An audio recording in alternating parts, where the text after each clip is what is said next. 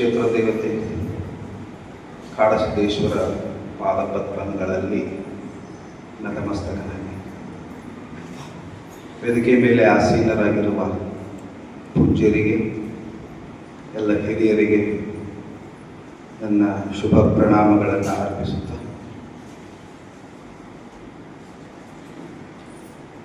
ಈ ಸಭೆಯಲ್ಲಿ ಉಪಸ್ಥಿತರಿರುವ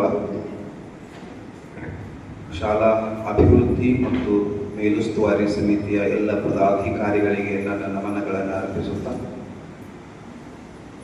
ಪ್ರೀತಿಯ ವಿದ್ಯಾರ್ಥಿನಿಯರೇ, ಇವತ್ತು 2026-27ನೇ ಸಾಲಿನ ಕ್ರೀಡೆ ಮತ್ತು ಸಾಂಸ್ಕೃತಿಕ ಕಾರ್ಯಕ್ರಮದ ಉದ್ಘಾಟನಾ ಸಮಾರಂಭ. ಬಳಪ ಹಿಡಿದ ಭಗವಂತ ಇರುತ್ತಾನೆ ನಮ ಸುತ್ತ, ಅವತಾರ ನಾನಾ ರೂಪವೋ,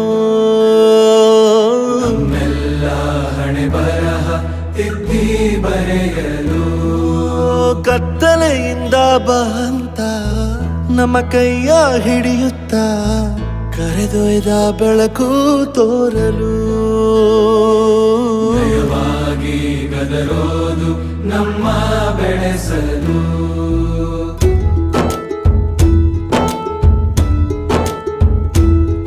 ಭಾಷೆ ಅಮೃತ.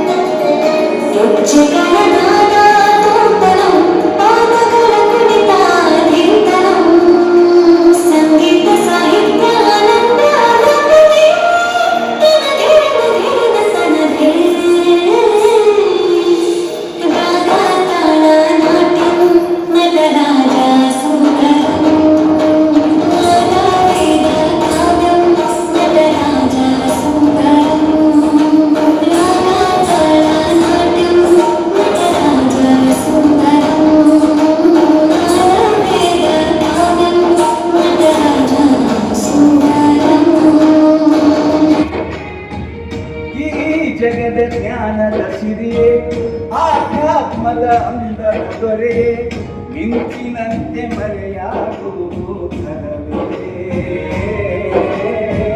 ಶಿವನ ರೂಪಿಸಿ ಶಿವಕೇಶ್ವರ ಗುರುವೇ,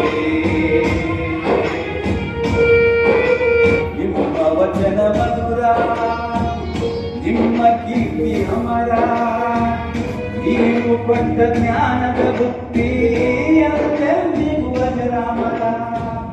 ಹರನ ರೂಪ ಧರವೇ ನೀವು, ಇಲ್ಲಿರದ ಪರದೇಶಿ ನಾವು, ನಮಗೆ ದಾರಿ ತೋರೋ ಯಾರು, ಅಂಧಕಾರ ಅಳಿಸೋ ಯಾರು.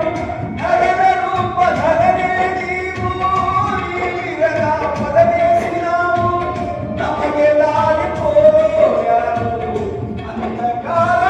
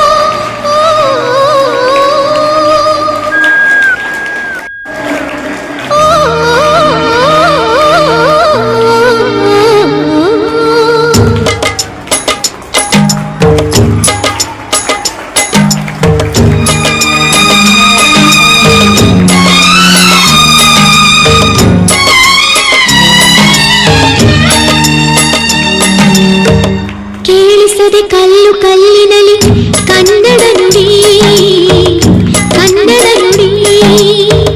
ಕಾಣಿಸದೆ ಹೊನ್ನ ಇಲ್ಲಿ ಸೇಖ್ ಸರ್ ಅವರು ಬಹಳ ವಿಶೇಷವಾಗಿ ವಿಚಾರಗಳನ್ನು ಹೇಳಿದರು.